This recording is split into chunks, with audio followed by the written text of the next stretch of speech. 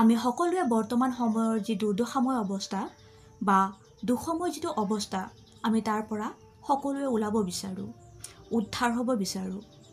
আমি এই দুখৰ পৰা বা আমাৰ এই কষ্টৰ পৰা আমি নিজকে পৰিত্ৰাণ পাবলৈ আমি বিভিন্ন উপায় অৱলম্বন কৰোঁ, বিভিন্ন যাগযজ্ঞ কৰ্ম আমি কৰোঁ।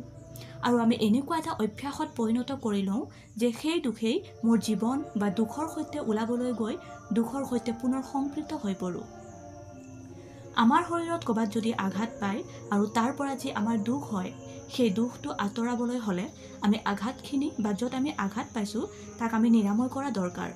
কিন্তু আমি যদি সেই আঘাতৰ সৈতে নিজক আৰু দুখী কৰি পেলাওঁ আৰু সেই আঘাতৰ সৈতে আমি জীয়াই থাকি এটা সময়ত অভ্যাস কৰি দিওঁ, তেতিয়াহ'লে নিশ্চিত ৰূপত আপুনি আঘাতটো যদিও বেয়া পায় কিন্তু আপুনি এটা অভ্যাসলৈ পৰিণত কৰিছে। আপুনি এই দুখ কষ্ট ইয়াৰ যদি সমাধান প্ৰকৃতাৰ্থত বিচাৰিছে, তেতিয়াহ'লে নিশ্চয় আপুনি আপোনাৰ ভিতৰৰ যে মইজনক তাক আপুনি চিনি তাক আপুনি বুজি উঠাটো দৰকাৰ। আপোনাৰ ভিতৰৰ যি অস্তিত্ব তাক বুজি উঠা দৰকাৰ। আপুনি ঈশ্বৰৰ যি কৃপা আপোনাৰ প্ৰতি, ঈশ্বৰৰ যি আশীৰ্বাদ বা ঈশ্বৰৰ যি নিৰ্দেশ তাক বুজি পোৱাটো আপোনাৰ কাৰণে খুবেই দৰকাৰ। আৰু এইটো বুজিবৰ কাৰণে আমি নিশ্চিত ৰূপত আমাৰ ভিতৰৰ যি মইজনক তাক আপুনি বুজি উঠা দৰকাৰ, আণ্ডাৰষ্টেণ্ড কৰা দৰকাৰ। আপুনি প্ৰকৃতাৰ্থত কোন হয়, আপুনি কিয় কৰি আছে, আপোনাৰ জীৱনৰ উদ্দেশ্য কি, আপুনি কোন দিশত যোৱা দৰকাৰ ইত্যাদি প্ৰশ্নবিলাক আপুনি নিজক নিজে কৰাটো দৰকাৰ। আপুনি সকলো জানে। আমি এই অনাৰ্থক কিছুমান কাম কৰি থাকোঁ, আমি বুজি পাওঁ, কিন্তু বহু সময়ত পুনৰ আমি তাতে সংপৃক্ত হওঁ, পুনৰ আমি তাকে আকৌ কৰিবলৈ ধৰোঁ। ভুলৰ ওপৰত ভুল, কষ্টৰ ওপৰত কষ্ট, আমি জীৱনটোক এই ধৰণে কৰি পেলাওঁ। কিন্তু প্ৰকৃতাৰ্থত যদিহে আপুনি এই সকলো দুখৰ পৰা, এই সকলো সমস্যাৰ পৰা পৰিত্ৰাণ পাব বিচাৰিছে, তেতিয়াহ'লে নিশ্চয় আপুনি কিছু কৰাটো আপোনাৰ কাৰণে খুবেই দৰকাৰ। কিছু কৰ্ম কৰা দৰকাৰ। কিবা এটা কৰিলেহে আপুনি কিবা এটা পাব। একো নকৰাকৈ কোনো সিদ্ধি হ'ব নোৱাৰে। আনকি ঈশ্বৰেও আপোনাক দিব নোৱাৰে, আনকি দেৱতাও আপোনাক দিব নোৱাৰে। আপুনি কিবা এটা নহয় কিবা এটা কৰিব লাগিব। আমাৰ শাৰীৰিক আৰু মানসিক অৱস্থাটো উন্নতিৰ কাৰণে আমি বহু সময়ত আমি বিভিন্ন ধৰ্মকৰ্মবিলাক কৰোঁ। ধৰ্মকৰ্ম জীৱনৰ অতি গুৰুত্বপূৰ্ণ অংশ। জীৱনটো অতিবাহিত কৰিবৰ কাৰণে, জীৱনটো সুন্দৰকৈ পৰিচালনা কৰিবৰ কাৰণে আমি ধৰ্মকৰ্ম শুদ্ধ চিন্তা শুদ্ধ পথেৰে গতি কৰাটো অতি দৰকাৰ। কিন্তু আমাৰ মানসিক যিটো শক্তি, মানসিক যিটো স্থিতি তাক আমি সদায় ষ্টেবল আৰু সদায় পজিটিভ দিশত লৈ যাবৰ কাৰণে আমি বহু সময়ত কওঁ যে আপুনি reiki, access bars, inner transformation therapy, EFT ইত্যাদি যিবিলাক টেকনিক, যিবিলাক পৃথিৱীৰ সকলো অঞ্চলত বা সকলো লোকে সমাদৰ কৰা যিবিলাক প্ৰক্ৰিয়া তাক অৱলম্বন কৰি আপোনাৰ জীৱনটো সুন্দৰময় কৰিবলৈ প্ৰয়াস কৰিব। বহুজন লোকৰ প্ৰশ্ন থাকে যে এইখিনি কৰিলেই 100% ফল পামনে? যদি আপোনাৰ মনত সন্দেহ আছে, যদি বিষয়টোৰ ওপৰত আপুনি অধিক জ্ঞান ল'ব লাগে, নিশ্চিত ৰূপত জ্ঞান ল'ব।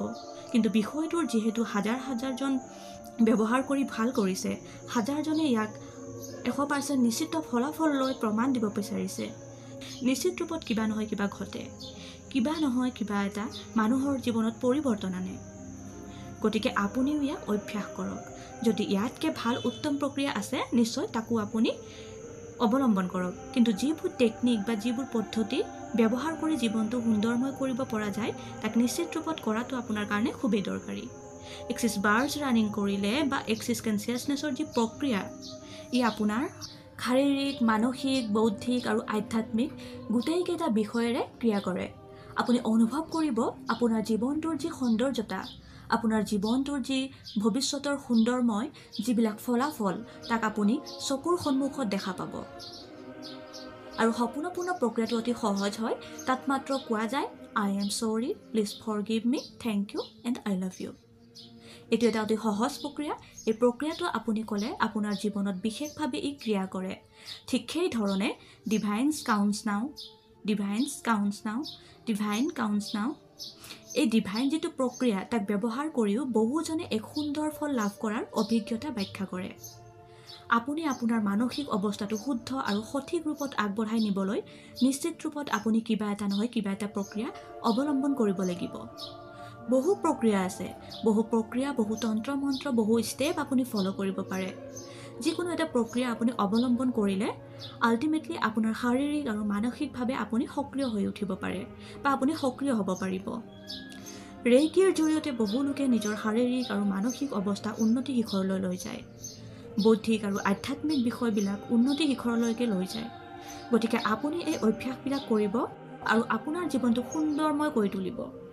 এই জীৱনটো কেনেকৈ উপভোগ কৰিছে, জীৱনটো কেনেকৈ উদযাপন কৰিছে, জীৱনটো কেনেকৈ দিশত আপুনি নিছে, এয়া সম্পূৰ্ণ দায়িত্ব আপোনাৰ। আপুনি আপোনাৰ জীৱনটো সুন্দৰময় কৰি তোলাটো আপোনাৰ কাৰণে অতি গুৰুত্বপূৰ্ণ বিষয়। বিভিন্ন বাতাবৰণত থকাৰ কাৰণে বা বিভিন্ন পৰিৱেশৰ নিগেটিভনেছবিলাক থকাৰ কাৰণে আপুনি হয়তো জীৱনটোত বহু সময়ত কষ্টদায়ক বা কষ্টকৰ কৰি তুলিছে। কিন্তু এই কষ্টদায়ক জীৱনটোৰ পৰা পৰিত্ৰাণ পাবলৈ আপুনি আপোনাৰ বাহিৰে অন্য কোনেও আপোনাক সহায় কৰিব নোৱাৰে। আপুনি নিজে আগবাঢ়িব লাগিব। আপোনাৰ কোনোবা গুৰু থাকিব পাৰে, কিন্তু গুৰুৱে আপোনাক জীৱনটো শুদ্ধ কৰি দিব নোৱাৰে। আপুনি নিজে কৰিব লাগিব। দিশ দৰ্শনহে কৰিব পাৰিব আপোনাৰ গুৰুৱে। গতিকে আপুনি নিজে আগবাঢ়িব লাগিব, নিজে ষ্টেপ ল'ব লাগিব। প্ৰতিদিন আপুনি কৰিব লাগিব। প্ৰতিটো দিন আপোনাৰ কাৰণে গুৰুত্বপূৰ্ণ। প্ৰতিটো দিন সুন্দৰকৈ উদযাপন কৰক। প্ৰতিটো দিন কৰ্ম সুন্দৰকৈ কৰক। আপুনি নকৰিলে আপোনাক কোনো সহায় কৰা ইয়াত নাই। হয়তো এনেকুৱা হয় যে এইটোৱেই জীৱন। এই জীৱনটোত আপুনি এটা সময় পাইছে। এই জীৱনটোতে আপুনি এটা সুবিধা পাইছে যে অনন্ত সময়লৈ আপুনি নিজকে এক শান্তিময় পৰিৱেশত ৰাখিব পৰাৰ কাৰণে, এটা সুন্দৰ সময় দিবৰ কাৰণে। গতিকে এই সময়খিনি আপুনি সঠিক ব্যৱহাৰ কৰা দৰকাৰ।